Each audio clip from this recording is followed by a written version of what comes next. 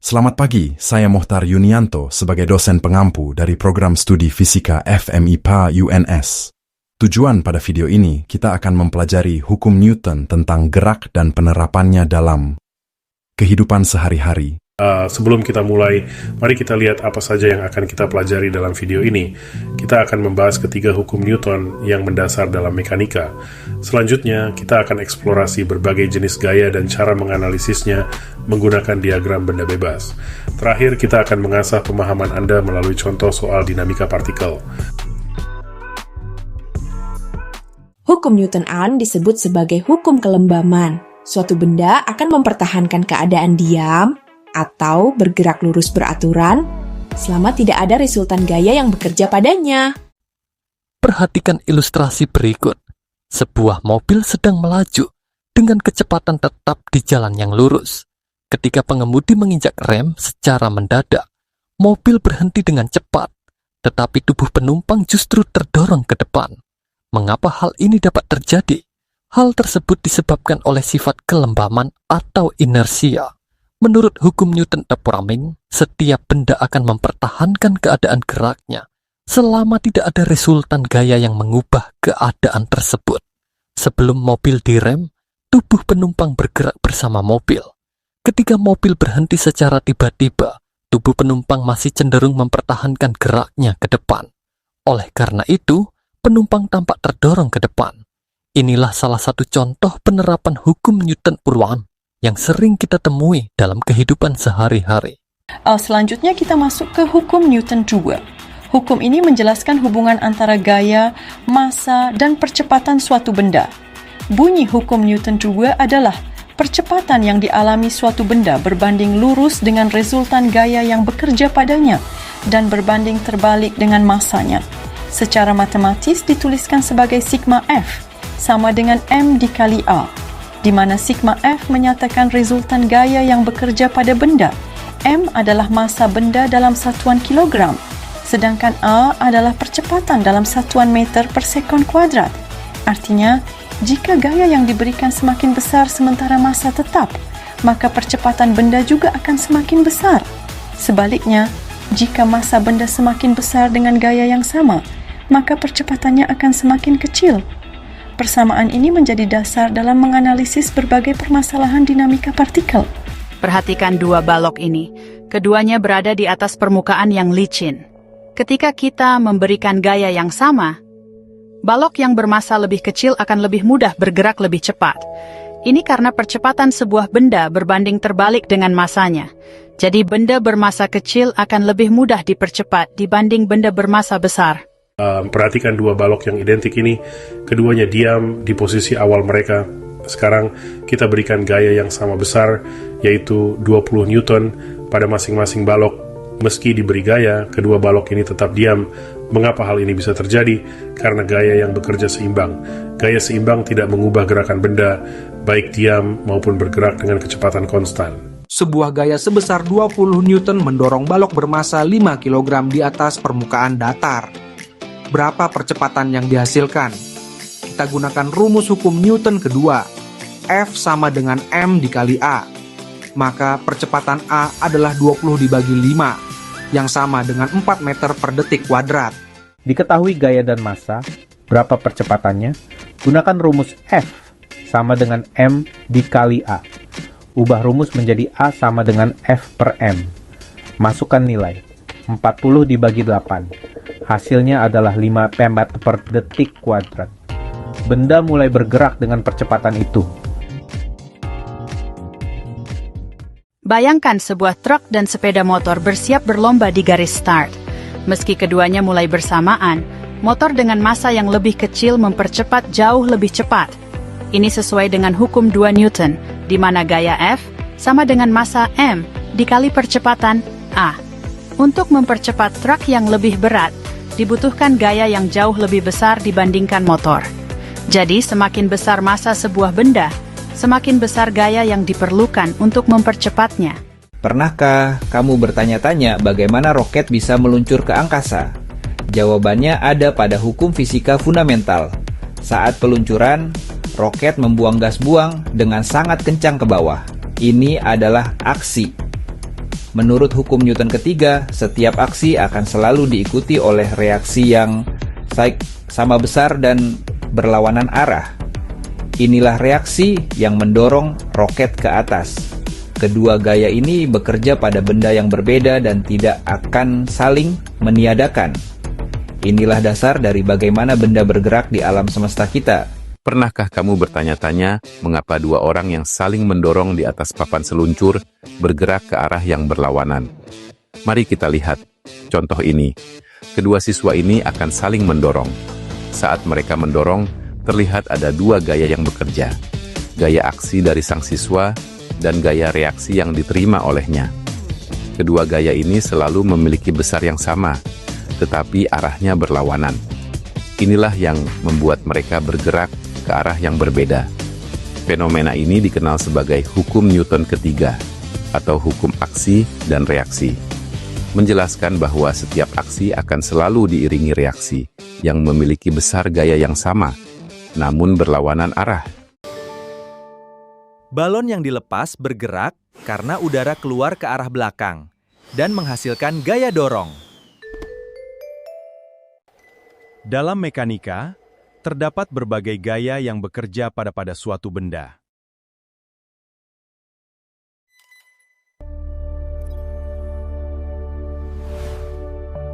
Seperti gaya berat yang selalu mengarah ke pusat bumi.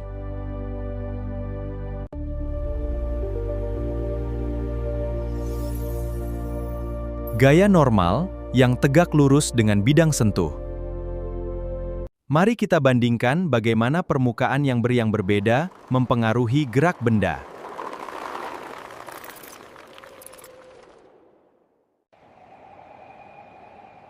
Kedua balok ditarik dengan gaya yang sama besar.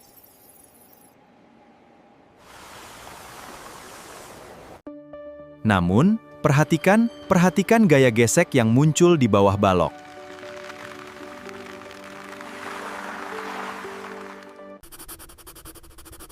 Mari kita pahami bagaimana gaya gesek bekerja pada sebuah benda. Gaya gesek dipengaruhi oleh koefisien gesek dan gaya normal benda. Saat benda bergerak, gaya gesek bekerja berlawanan arah dengan arah gerak benda.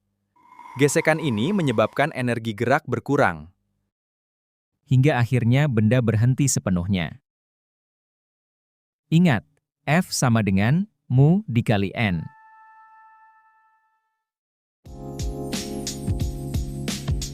Diagram benda bebas digunakan untuk menggambarkan semua gaya yang bekerja pada suatu benda.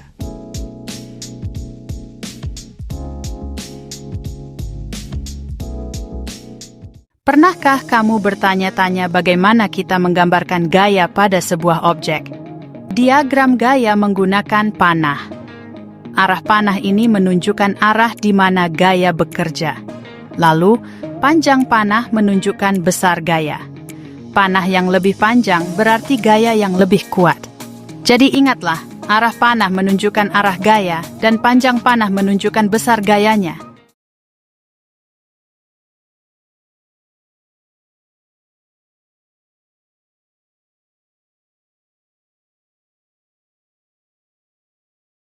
Dalam hukum Newton, arah panah menunjukkan arah gaya, sedangkan panjang panah menunjukkan besar gaya. Pada balok ini terdapat gaya berat, normal, dorong, dan gesek. Diagram gaya membantu memahami interaksi gaya sesuai hukum Newton. Menurut hukum Newton, benda akan bergerak jika gaya total tidak nol. Pada balok ini, gaya dorong ke kanan lebih besar daripada gaya gesek ke kiri, sehingga balok bergerak. Perbedaan panjang panah menunjukkan besar gaya yang berbeda. Inilah penerapan hukum Newton dalam kehidupan sehari-hari. Diagram benda bebas membantu kita memvisualisasikan semua gaya yang bekerja pada suatu benda, sehingga penyelesaian soal menjadi lebih sistematis.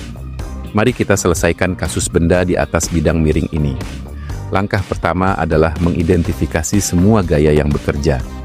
Gaya pertama adalah gaya berat, yang selalu bekerja vertikal ke bawah. Gaya kedua adalah gaya normal, yang bekerja tegak lurus pada permukaan bidang.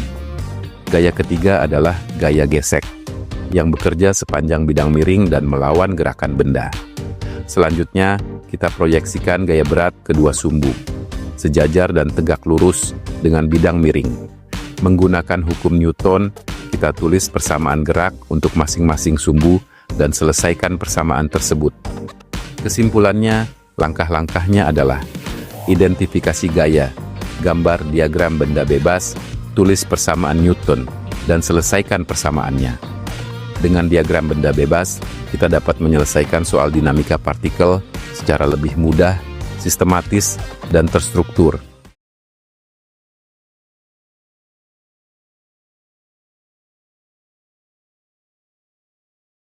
Hukum Newton banyak diterapkan dalam aktivitas sehari-hari dan teknologi modern. Pada sepak bola, ketika pemain menendang bola, gaya yang diberikan menyebabkan bola bergerak sesuai hukum Newton pertama dan kedua. Saat bersepeda, gaya dorong dari pedal diteruskan ke roda, dan gesekan dengan jalan membuat sepeda melaju. Pada mobil, mesin menghasilkan gaya dorong yang melawan gesekan dan hambatan udara, sehingga mobil dapat bergerak. Semua contoh ini menunjukkan bahwa hukum Newton menjelaskan hubungan antara gaya, massa, dan percepatan dalam kehidupan nyata. Hukum Newton juga tampak dalam banyak aktivitas lain. Hukum Newton pertama terlihat saat kursi tetap diam hingga seseorang mendorongnya. Hukum Newton kedua tampak pada gerobak. Semakin besar gaya tarik, semakin besar percepatan sesuai persamaan SF Wurthammer. Hukum Newton ketiga terlihat jelas pada roket. Gas yang keluar ke belakang menghasilkan gaya reaksi ke depan sehingga roket meluncur. Semua contoh ini menunjukkan bahwa hukum Newton menjelaskan gerak benda dalam kehidupan sehari-hari maupun teknologi modern.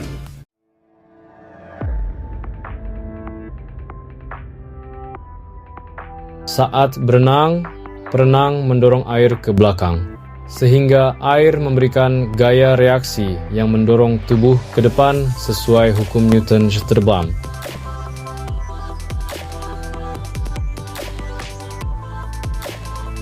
Gas yang disemburkan ke bawah oleh mesin roket menghasilkan gaya reaksi yang mendorong roket ke atas, sehingga dapat terbang keluar ke luar muka angkasa. Saat air didorong ke belakang oleh dayung, air memberikan gaya reaksi yang mendorong perahu ke depan sesuai hukum Newton terseterusnya.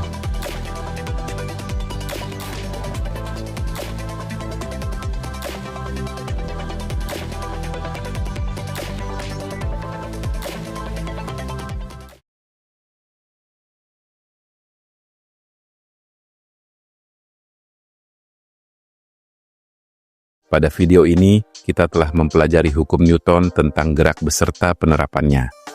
Hukum Newton-Riemann menjelaskan kelembaman, bahwa benda akan tetap diam atau bergerak lurus beraturan jika tidak ada gaya yang bekerja. Hukum Newton II menunjukkan hubungan antara gaya, massa, dan percepatan melalui persamaan Sepma. Hukum Newton tertiary menegaskan bahwa setiap aksi selalu menimbulkan reaksi yang sama besar dan berlawanan arah.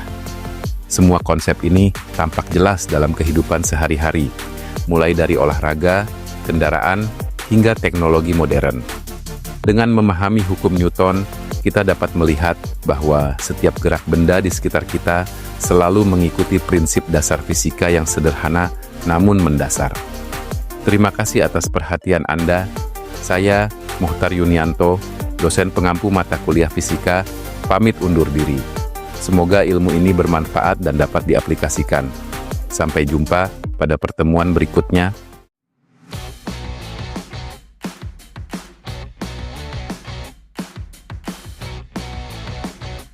Hukum Newton tidak hanya menjadi dasar ilmu fisika, tetapi juga menjelaskan berbagai fenomena yang kita temui setiap hari.